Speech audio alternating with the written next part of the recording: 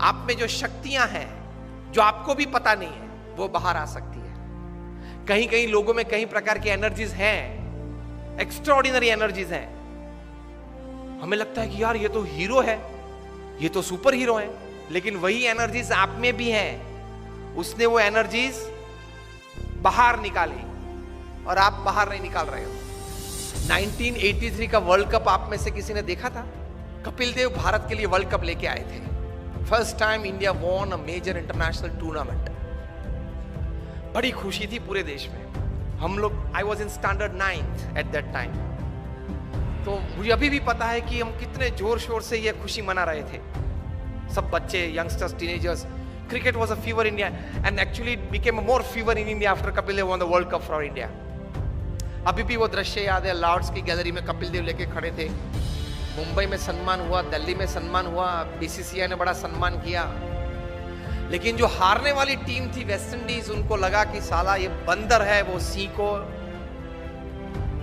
सोता था सिंह तो झाड़ पे से नीचे उतर के एक चाटा मार के वापस ऊपर चढ़ गया। West Indies was a very powerful team.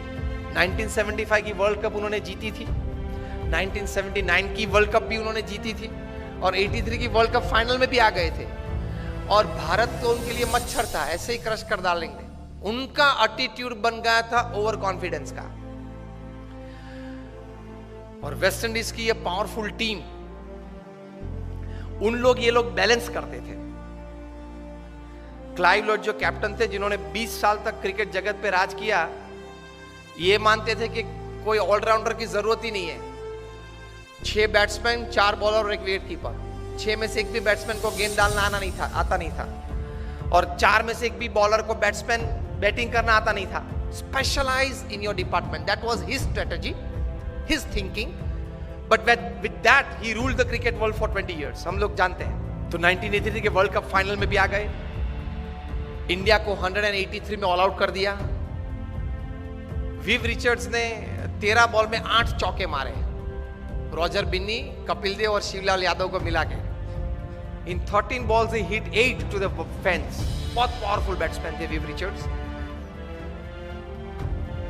तो हम लोग सबको तो लगा कि अब तो पूरा हो गया, यही पूरा कर देगा अभी 5-10 ओवर में।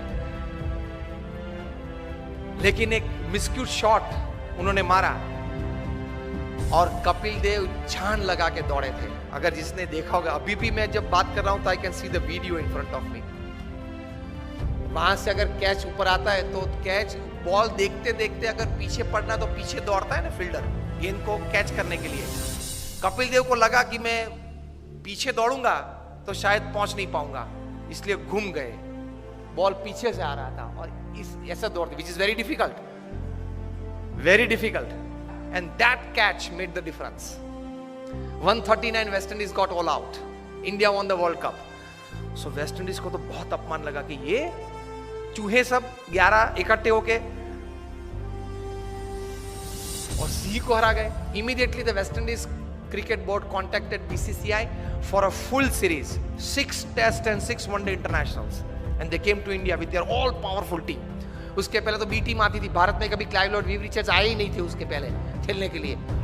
ऑलविन कालीचरण और वे सब आते थे खेलने के लिए, बी टीम। क्लाइव लॉयड अपनी पूरी माइट के साथ आ गए और 6 वनडे इंटरनेशनल्स भारत को बहुत बुरी तरह से हराया। कहीं कहीं वनडे इंटरनेशनल्स तो 150 रन से हराया। बहुत क्रिटिसिज्म न्यूज़पेपर्स में आई कि अभी 1.5 महीने पहले जो वर्ल्ड चैंपियंस बने उनकी ये हालत। फिर तो टेस्ट सीरीज चालू हुई। फर्स्ट टेस्ट कानपुर 3.5 दिन में पूरी हो गई। Innings and 250 run defeat to India. और उसमें मेलकम मार्शल ने 12 विकेट ली, 20 में से 12, उसमें से 8 clean bowled, and not a single person could hit a boundary to Malcolm Marshall. उस वक्त वे बहुत डेंजरस बॉलर थे। Used to bowl, first bowler to cross 90 miles per hour में मेलकम मार्शल थे। और जब वे right arm round the wicket डालते थे तब वो अंपायर के पीछे ही दौड़ते थे। रनअप चालू करते अंपायर के पीछे दौड़, ताकि बैट्समैन को देखना पड़ता था कि कहां तक वो पहुंचा। बॉलर बैट में हाथ करके देखना पड़ता कि वो पहुंचा कहां था। एकदम अंपायर के पीछे से बाहर निकल के मेलकम मार्शल गेंद डालते थे। यूज्ड टू बोल स्लैंटिंग डिलीवरीज। और पीछे डूजोन तो तैयार ही रहता था बड़े ग्लोव्स लेके, caught Dujon bowl Marshall, caught Dujon bowl Marshall चालू ही रहता था, एक आता था एक जाता था। किसी को भी गलती से भी कट नहीं लगी कि स्लीप के ऊपर से गेंद चली जाए और थर्ड मैन पे एक बाउंड्री मिल जाए, ऐसा भी नहीं हुआ था। Severe criticism in the Indian press, each and every Indian player was heavily criticised कि अब तो जो वेस्ट इंडीज बोलती थी वो बात सही है कि भारत ने बाय फ्लूक ये वर्ल्ड कप जीता, नसीब के आधार से जीता, प्रयत्न से, पुरुषार्थ से, टैलेंट से ये वर्ल्ड कप नहीं जीता है। वो बात तैयार हो गई। इंडियन प्लेयर्स का काउंसलिंग चालू हुआ, मॉरल बूस्टिंग चालू हुआ, पंपिंग चालू हुआ, एटीट्यूड्स बदलना चालू किया। उसमें सबसे पहली बारी आई ओपनिंग बैट्समैन सुनील गावस्कर की। उनका एटीट्यूड बदला कि you have a defensive attitude, you have to change your attitude from defense to attack. If Malcolm Marshall is a great bowler, you are a great batsman. If he can bowl so well, you can bat so well. Gavaskar का attitude change किया because you start the Indian innings, you are the opening bat. आप जिस प्रकार से खेलेंगे उस प्रकार से पूरी टीम खेलेगी, नतीजा पहले से चालू हो जाएगा। And Gavaskar said what? He was counseled, change your attitude from defense to attack.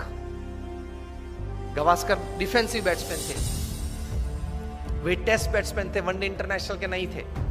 Sachin Tendulkar test और इंटरनेशनल दोनों के थे, 2020 के नहीं थे। क्रिस गेल है वो 2020 और इंटरनेशनल के है, टेस्ट के नहीं है, अलग अलग रहता है। सुनील गावस्कर को बताया गया कि change your attitude, you will get success। और आप जो बैट डिफेंस करते हो वो जरा stroke, create a stroke on every ball. Marshall is a master bowler, you are a master batsman, the little master उनके लिए पहले नाम था। The moment Gavaskar changed his attitude, his batting changed, results changed, overall outcome changed.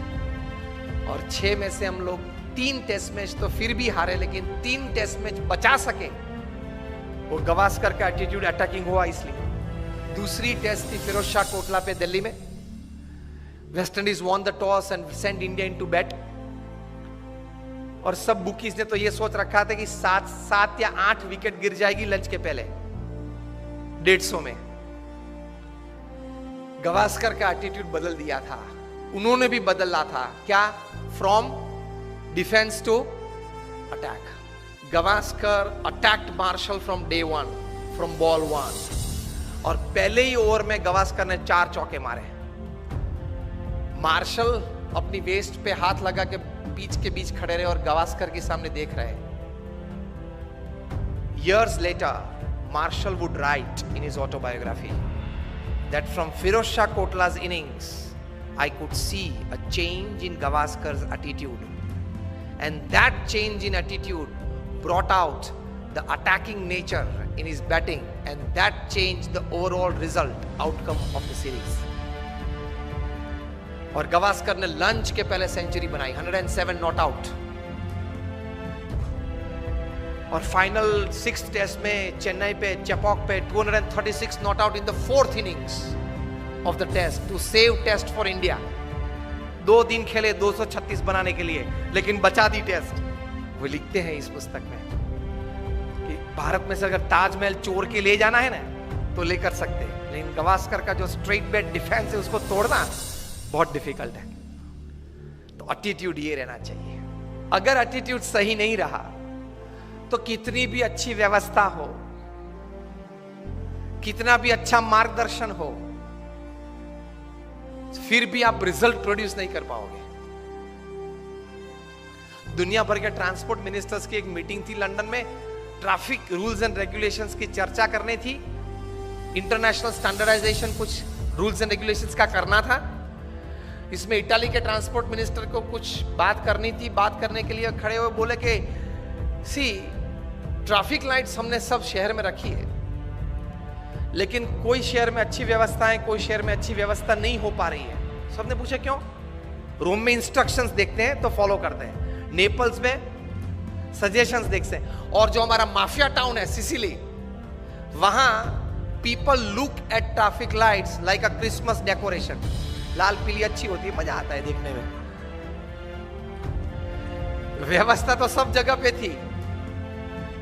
रोम में instructions देखते थे तो अच्छी व्यवस्था थी, नेपल्स में सजेशंस देखते थे तो चलता रहता था, और सिसिली में उसी क्रिसमस लाइट को दिवाली या क्रिसमस का डेकोरेशन देखते थे कि लाल पीली अच्छी होती है, मजा आता है देखने में। तो कोई व्यवस्था नहीं थी। व्यवस्थाएं सब एक प्रकार की हैं, रिसोर्सेज सब एक प्रकार के हैं, लेकिन नतीजा, रिजल्ट्स पीपल के एटीट्यूड से आते हैं।